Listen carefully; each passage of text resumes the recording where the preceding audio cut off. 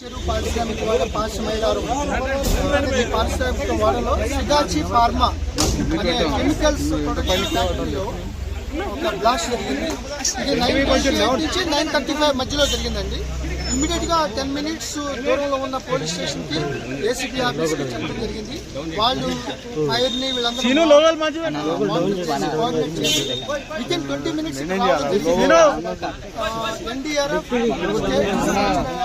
SDRF, DDRF ఇంచుమించు 10 fire ఇంజన్లు, revenue, police, state సంబంధించిన బలగాలందరూ కూడా ఇక్కడ రావడం జరిగింది. ఇప్పుడు వరకు 6 స్పాట్లో డెడ్ బాడీని ఫైండ్ అవుట్ చేయడం జరిగింది. 6 డెడ్ బాడీలు. అట్లాగే హాస్పిటల్, ప్రణవ్ హాస్పిటల్ చందానగర్లో 2 వైల్ అండర్ గోయింగ్ ట్రీట్మెంట్ ఇద్దరు చనిపోయారు. So 8 members confirmed. So 26 members injured అయ్యారు. దాంట్లో కూడా 2-3 చాలా సీరియస్గా ఉన్నారు. సో వాళ్ళు ఇమీడియట్గా మెడికల్ టీం కానీ, అంబులెన్స్లు కానీ ప్రభుత్వ పరంగా ఇమీడియట్గా వాళ్ళ మీద అన్ని జాగ్రత్తలు తీసుకుంటున్నారు. మొత్తం ఎంటైర్ అడ్మినిస్ట్రేషన్ ఇక్కడే ఉంది. యాక్చువల్గా 150 మంది ఒకే షిఫ్ట్లో అని చెప్తున్నారు. బట్ ఆ ఏరియాలో 90 మంది అని చెప్తున్నారు. బట్ ఇప్పుడు వరకు 8 డెడ్ బాడీస్, 26 మంది ఇంజర్డ్.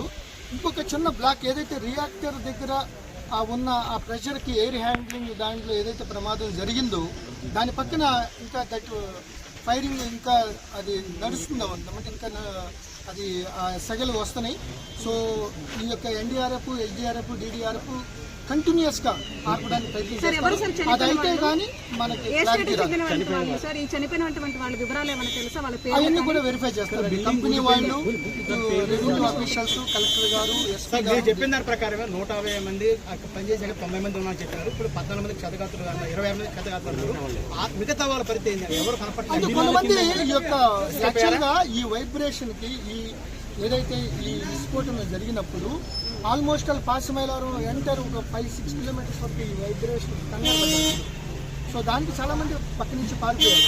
సో మాకు ఇప్పుడు వరకు ఉన్న దాంట్లో ఇంకొక వేర్ హౌసింగ్ పక్కన ఒక 10 members ఉన్నారు అన్నట్టుగా వాళ్ళు చెప్తారు కంపెనీ వాళ్ళు. అదంతా కూడా ఇమీడియట్గా అదంతా ఫైర్ ఆగిపోయిన తర్వాత కానీ అవన్నీ కూడా మీరు